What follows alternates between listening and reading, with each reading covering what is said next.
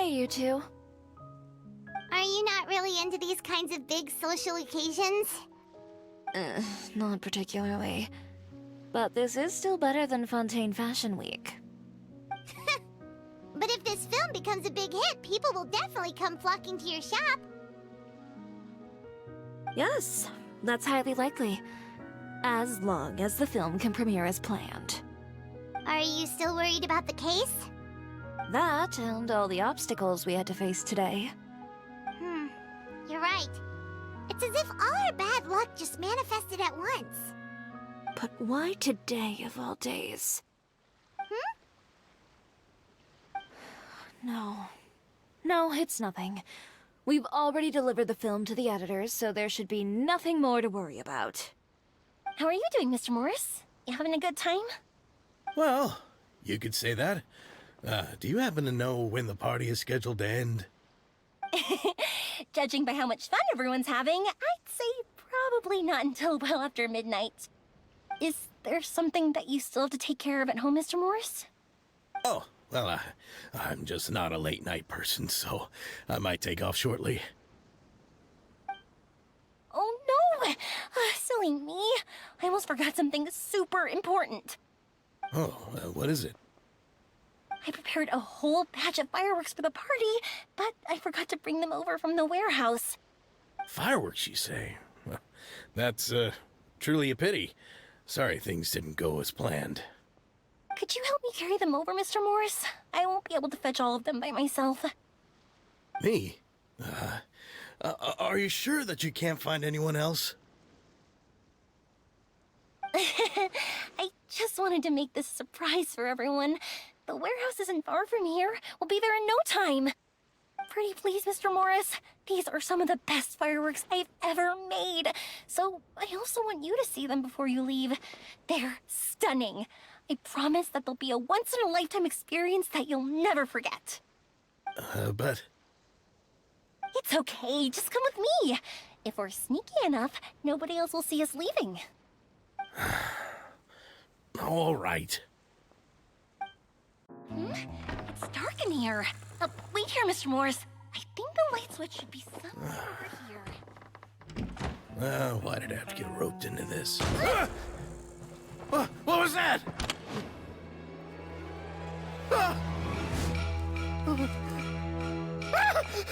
Who's there? Get me out! Get me out of here! Did you really think you'd get away, Morris?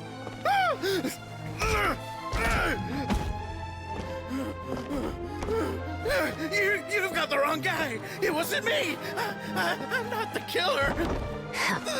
You know, Eliza died a far more heroic death than this. She fought your assassin to the end, to save the children she had hidden beneath the floorboards.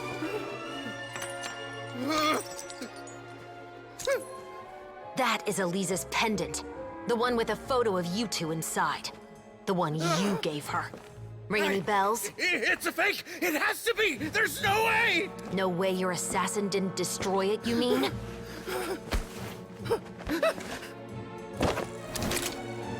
Did you ever love her, Morris? Or was killing her always the plan? No, please. Listen to me.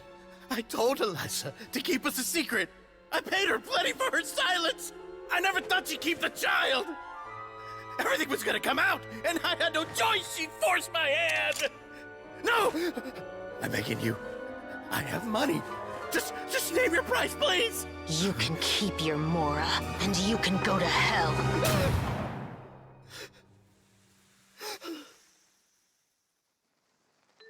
I'm Captain Shovraz of the Special Patrol.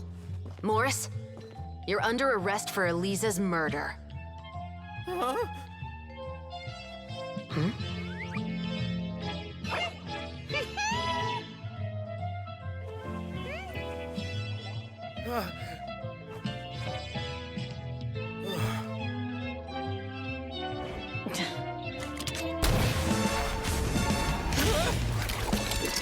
You're under arrest too, prop manager Veronique.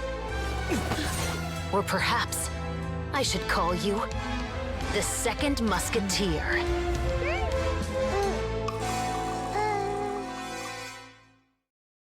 Wait, what's going on? This wasn't in the script. Drop the gun, Veronique. Why? Why would you keep me from exacting revenge on this heartless monster? Drop your weapon. This is my final warning.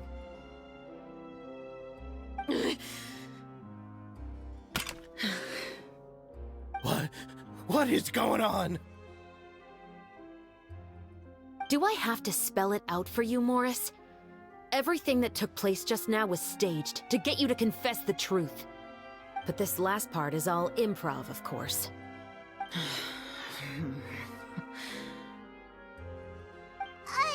Shivers, you told us you wanted us to help you stage a play. You never said anything about the second musketeer.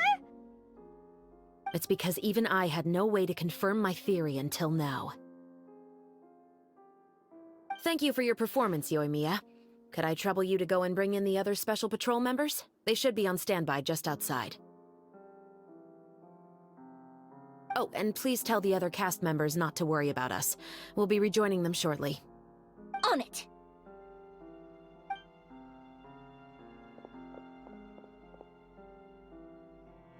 So what do you think, Morris?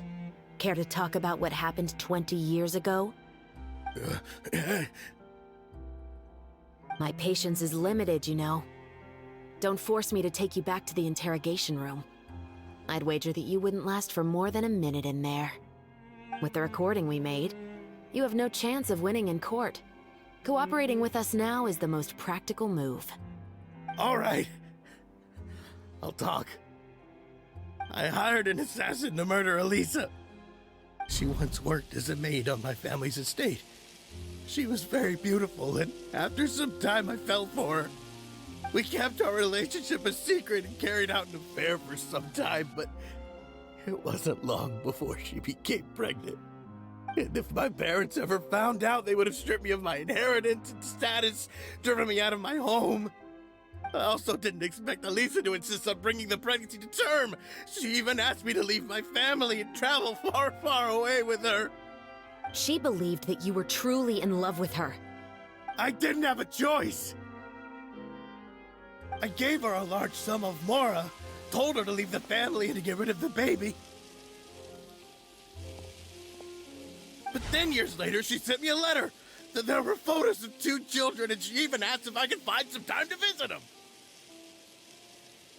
Huh? 2 children? Paimon thought Baptiste was the only... You mean... Even if she had the children against your will, you could have just ignored the letter entirely. Why kill her? I had just gotten engaged to be married to an heiress from another wealthy family. So if anyone were to find out about Elisa, my life would be completely ruined. I didn't have a choice. No. You always had a choice. You just made the wrong choice. Again. Do you know how it feels to watch your mother be killed right in front of you? My brother and I were hardly even school age yet. We were hidden beneath the floorboards, grasping each other's hands like a lifeline. We were so terrified that we didn't even know we could ever take a breath. All we could do was to watch Mother try to fight back, and then collapse to the floor. Even after the assassin left, we were still too terrified to leave our hiding spot. We thought that he might come back. It was only until the next evening when we finally climbed out and gathered around our mother. But she had already become cold and stiff to the touch. You made up your mind right then and there to bring this case to light. Not only that, we resolved to get our revenge. And that's why you became the Musketeers. No, that's why I became a musketeer. The man from before was also killed by me. My brother had nothing to do with it. I figured as much. You did? I once told these two that he didn't look like a killer to me. His confession from that night also rubbed me the wrong way. I think what really tipped me off was, how could I not feel a sense of regret in him? Huh? He confessed faster than any criminal I've ever met. But he didn't say a single word about you. He insisted that he was the sole perpetrator in the case. But after the questioning ended, I disassembled the musket we dug up from his backyard, put it in front of him, and told him to reassemble it. Wanna guess how far he got? He had no idea where to even start. He's never touched a gun in his life. Based on that, I determined that he was not acting alone. He only surrendered himself to draw our attention and create a moment of opportunity for his partner. So, I decided to play along. And as expected, the second musketeer followed us without hesitation once she saw Morris get separated from the rest of the cast. Besides, why else would he call the novel The Two Musketeers? But how did you know it was Veronique? I figured it out the moment Baptiste told me his father's name. That so-called financial crisis was all just a ruse. He just wanted to sign up as the investor and then leave the film without any source of funding. After all, he has a vested interest in minimizing the reach of this story. It's really just the same thing as what he did to Eliza all those years ago. Human scum. But then Xavier pulled out all the stops and got the film made against all odds. Morris couldn't have that. With the killer in custody, he figured it was safe to act. And so he came to visit the set today, just as I expected. Wait, so you were behind all those mishaps today?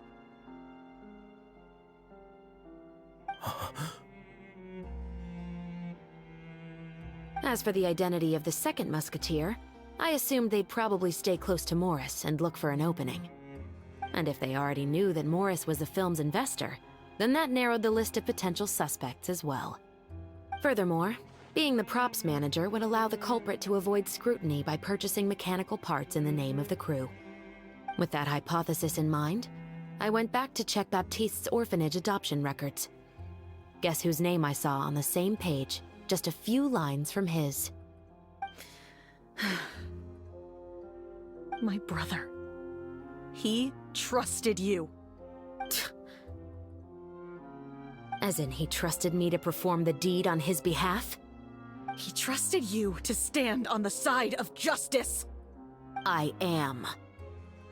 I thought you could do it as well. Oh, the look on your face when you told him to go to hell. I really thought you'd put a bullet in his brain. You know what he has done.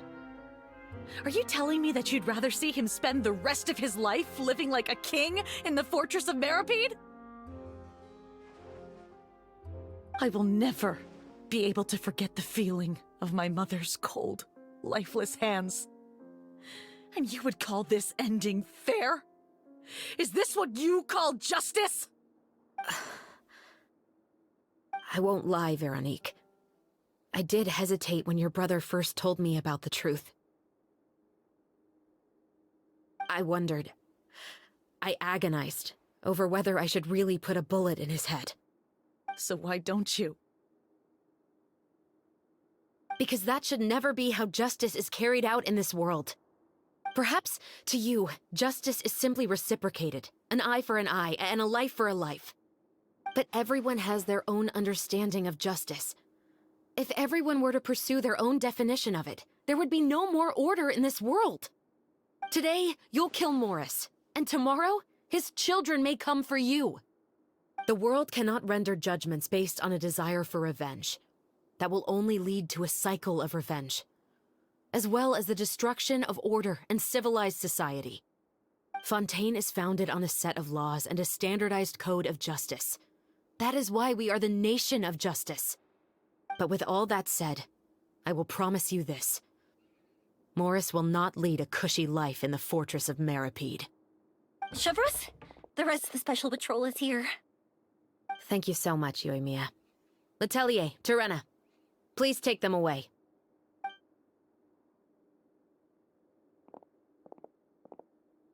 I still can't agree with your reasoning. I know. Justice has not been delivered. At least, not today.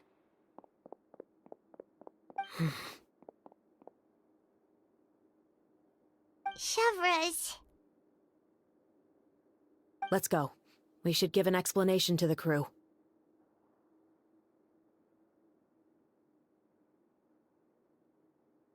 Thank you for your concern. I'm fine. I'm just thinking about the things in life that have driven people to take justice into their own hands.